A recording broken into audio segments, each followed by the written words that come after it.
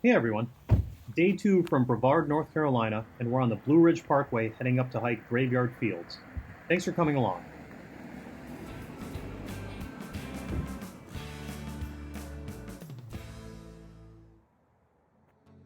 The drive, which took us through the Pisgah National Forest, is just less than 30 miles from where we're staying, and it's mostly uphill. The elevation of Graveyard Fields is around 5,000 feet, and if you choose to climb to the upper part of the falls, you'll add around another 450. So our stop today is right on the parkway. Not only is it fairly close to Brevard, but if your home base is Asheville, another popular city to stay in during your time in Western Carolina, it's only about 35 miles down the Blue Ridge. Parking was easy. We immediately grabbed our bags and our water bottles and got onto the trail. So here's a paved path to get you to part of the falls. You'll see at the end of this video that you walk through a tunnel of rhododendron trees at one point. A bit of information about Graveyard Fields. It has public restrooms located in the parking lot at the start of the trail. The hiking loop itself is just more than 3 miles in length, and expect some obstacles. Even though there are walking trails and wooden footpaths, there are also rocks you'll need to climb over during your hike. We didn't bring our hiking sticks, but I wish we had for a few areas. That said, most other hikers didn't have any either. The trail is pet friendly. We saw several dogs, although it was muddy in areas and at times some of the people were carrying their dogs, probably to avoid a messy car at the end of the day. There's a swimming hole at the very bottom. I waded into the water, but since I didn't have a suit, I didn't actually swim. If it's a nice day, I'd suggest going in. And finally, remember to be careful at all times. There are steep drops, slippery footing, and accidents can and do happen. Signs along the path remind visitors of this.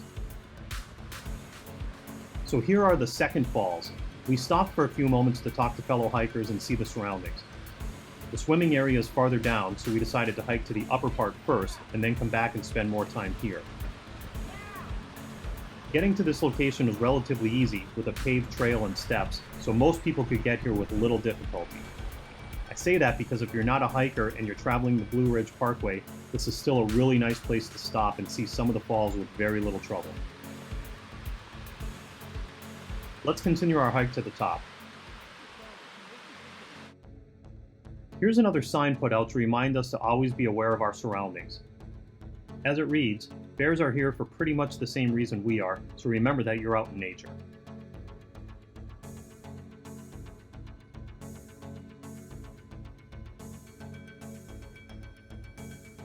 Graveyard Fields got its name from a series of tree stumps in a field. According to the National Park Service's website, there are a couple of theories. One is a windstorm uprooted quite a few trees, leaving several stumps.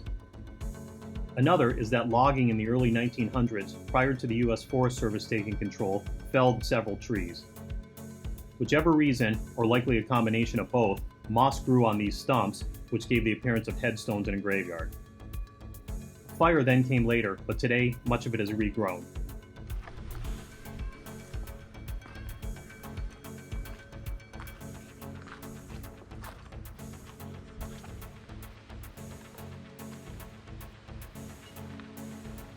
After about an hour of hiking, we finished our roughly 450-foot ascent and made it to the upper falls. Found it. I see people fishing. Alright, let's go. I think we made it.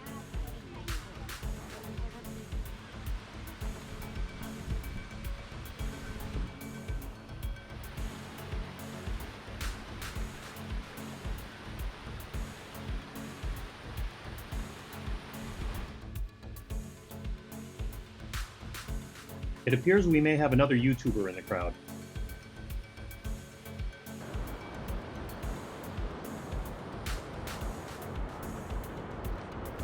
The hike down, as usual, felt trickier than going up. I think it's easier going up than it is coming down. We made it back to the second falls area. Up in the distance is the parking lot, so you can see that even though the trail will take you uphill, at times you're in a valley as well. We stopped about halfway down to walk out into the stream. Most of the collecting water at this point in the falls was only a couple feet deep, and with it nestled between rocks basking in the sun, the temperature was pleasant. I spoke to a few other hikers who went in farther down where the water was deeper and flowing faster, and they said it was a lot colder in those parts.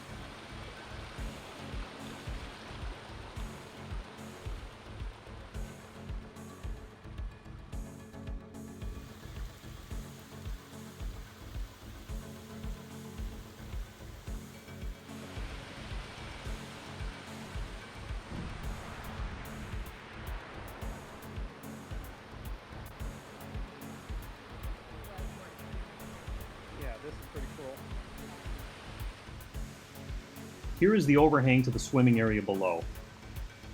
This is as close as I got because the rocks were slick in a few places.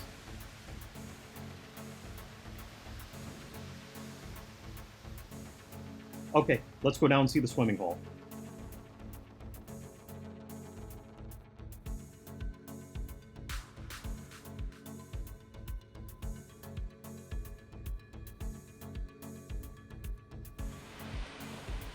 Depending on the time of year you visit, you'll likely encounter several other hikers, and this was the most popular place the day we were there. It's worth reading up on any of the falls before going to them.